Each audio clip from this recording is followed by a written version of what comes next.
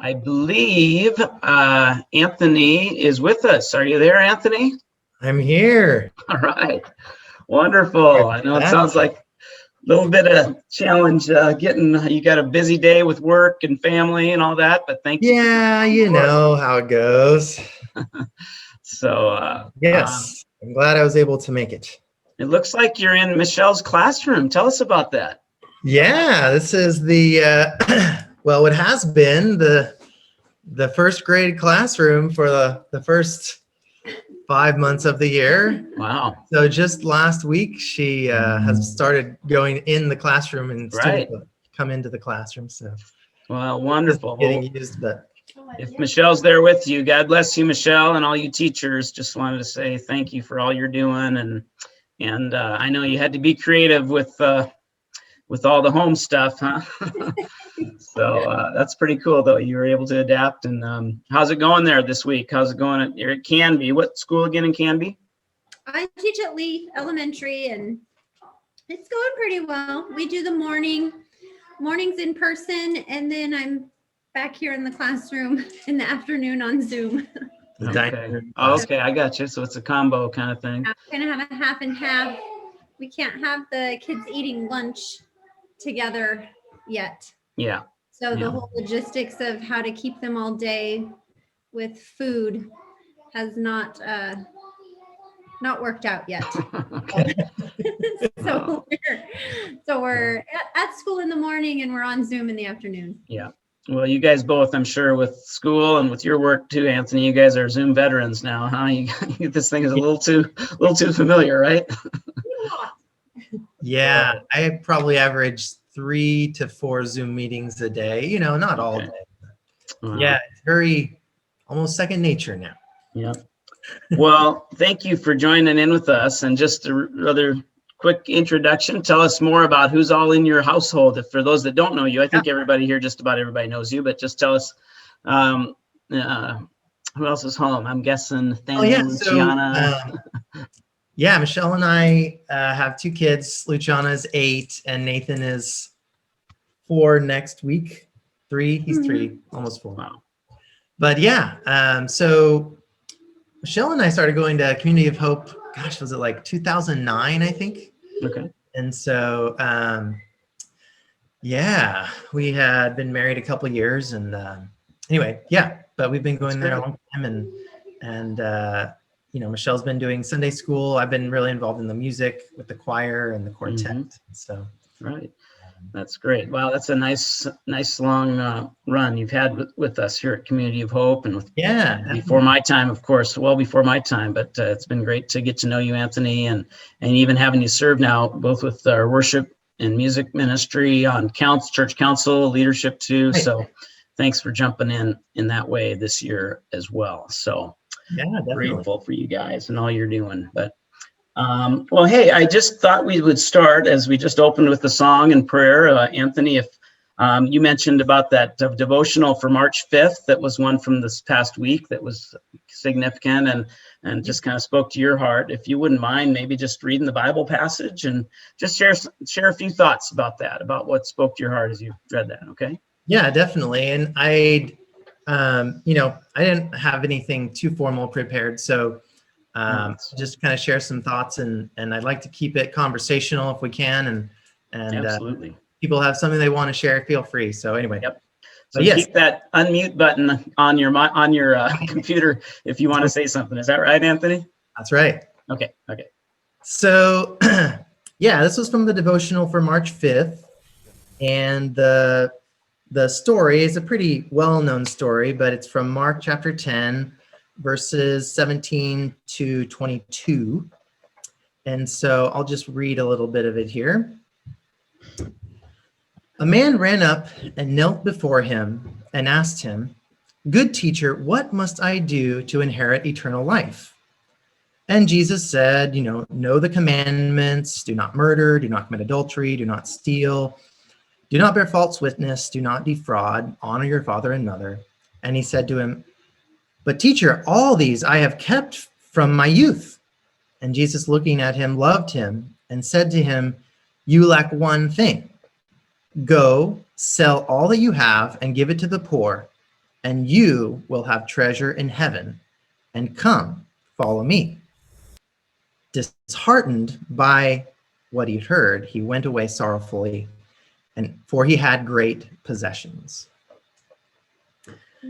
So there's a lot you can kind of pull out of this passage. Obviously, the idea of someone giving up everything they have, right, is pretty much impossible. I think I can say that I wouldn't be able to do that. But what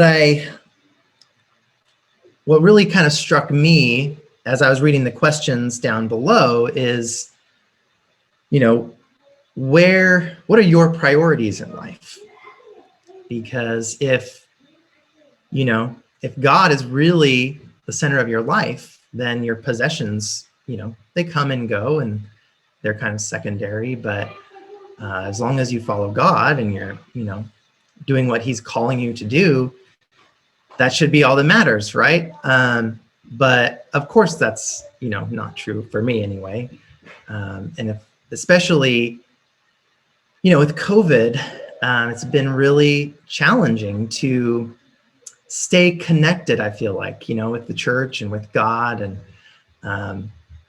the idea of the lockdown for public places or workplaces, it seems to also apply to, unfortunately, our church, right? And our spiritual lives, at least in some ways too. And so it's so easy for us to turn inward and just, like for me, focus on my family and staying safe. And that it's been a challenge to continue to, stay in the Word and stay involved and keep thinking about what God is calling me to do. If I looked at where I devote my time and my money for the last year, it's been, working and family.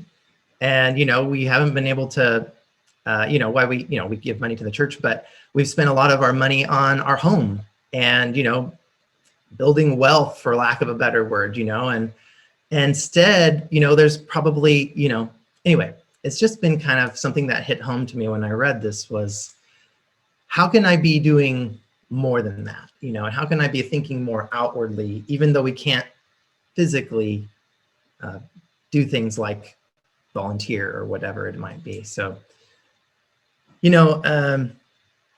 it kind of, to me, brought another thought of how, every time in our life we might kind of veer farther from God and then closer to him, he kind of pulls us back, right? And so I can think about several times in my life when I've been further away and then he's kind of pulled me back in. When I was a kid growing up, we started out going to a church that was very small in our community. It was a Lutheran church, but there was like 2 other kids there. And it was very difficult for me to get excited about church, right? Because there was not very much for me to do. And then we changed to a larger church in Gresham, and there was like 50 kids there, right? And all of a sudden I had friends and I was really excited on Sunday mornings to go to church. And so that was really influential for me. And that continued all the way through high school with the high school youth group and all that. And I made lifelong friends there. But then you go to college and you kind of drift away, right? And, you're not at home, you're not connected. You don't have time for church, at least as much as I would have liked. But, after college, we got married. We didn't have a church, but after a few years, we started, we're really missing something. And so we started shopping around and found Community of Hope. And then all of a sudden it was like, oh yeah, that's what this is like, and this feeling of belonging and involvement. And, it's just funny how God has a way of kind of pulling us back in when we feel separated. And so, COVID was kind of like that, right? And all of a sudden, Walter's calling me on the phone, being like, hey, you want to be on the worship committee chair, right? And I'm like, oh yeah, I probably should do that. So anyway, that's kind of what occurred to me as I was reading through this. And so I wanted to share some of that. But Thank you, Anthony. Appreciate your honesty. That's really, I think, real to be able to hear that, and that's what the word does. It's like, whoa, really? All you have, and then it's like, what about, priorities and all that kind of thing? That how does the Lord want us to adjust and readjust continually, right? So that we don't just keep our eyes on ourselves. But you're right. In the time that we've been going through, it's been so. A lot of people have had to isolate or quarantine or whatever in so many different ways. And I was just at a pastor's meeting in Salem today, and we all talked about the importance of community, and that's what the church is about, and this is good that we can do these kinds of things, but yet even in this unique way, and everybody's been trying to do that. But I think about this man, I just maybe share a question, some of you can comment, or if you want to think about this, Anthony, is that, how could he do this in and of himself and just on his own? It's impossible, but in a community and in a church and a gathering of others where we mutually encourage, challenge, uplift, support, provide for one another, that's where, we can live out, not just, I got to hold on to everything because it's only me. And, and we can get that way, though. We can think it's only me and every man for himself, right? Right. Yeah, absolutely. But I appreciate your just honest reflection on this. And I think that's what the Lord was always asking, where's your heart? Where is my heart? Is it ultimately in allegiance to the stuff of this life, right? Or is it knowing this life is short? And relatively speaking, we don't often see that every moment, but eternally, my life is secure in the Lord. And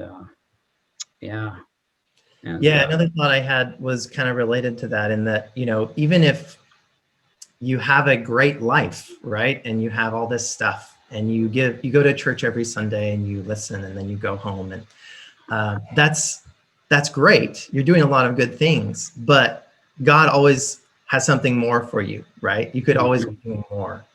Like this guy in the story, right? He had all these things. He kept all the commandments. He did all the right things. Oh, yeah. But God was still challenging him. Well, how about this? And so no matter where you are, there's always something more you can do, and always pushing, right, to do a little bit more. Anyway.